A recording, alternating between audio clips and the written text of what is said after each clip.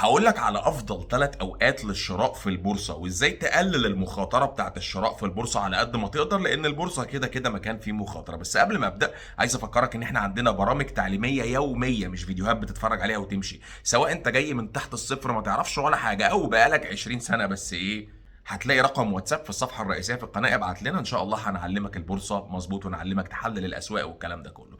طيب، تاني حاجة بقى، دي حاجة مؤقتة. أنا عملت جروب حاطط لينك مؤقت في الصفحة الرئيسية في القناة، جروب للبورصة الأمريكية فقط، معلومات عن البورصة الأمريكية لو أنت مهتم بالبورصة الأمريكية والأسهم العالمية. بس أنا مش هسيب الجروب كتير في الصفحة الرئيسية في القناة، لأن أنا ما بحبش أحط أكتر من لينك في المكان ده، وهو أصلا التواصل واتساب فقط.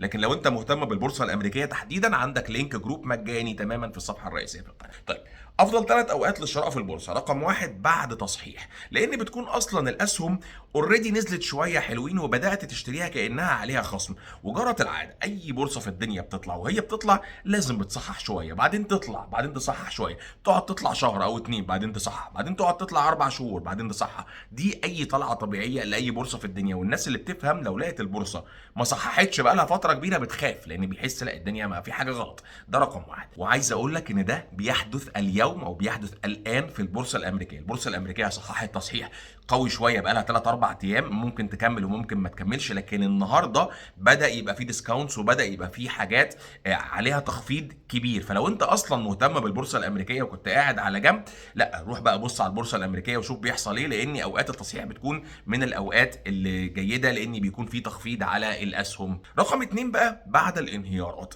ودي حاجه المبتدئين ما بيفهموهاش. المبتدئ لما بيلاقي انهيار حتى لو هو بره البورصه بيطلع يجري. المحترف لما بيلاقي الانهيار بيفهم ان ده كانه ديسكاونت. عارف كده البلاك فرايداي، عارف لما كارفور يقول لك احنا عاملين خصم مش عارف 40%، ده بيبقى وقت ممتاز ممتاز ممتاز للشراء. بتكون المخاطره قلت جدا، لان خلاص يعني الاسهم هتروح فين بعد كده، وحتى لو نزلت بيك شويه وده العادي، ما انت خلاص اوريدي هتبدا تعكس رحلتها وهتقلب، وان شاء الله هتبدا في الصعود.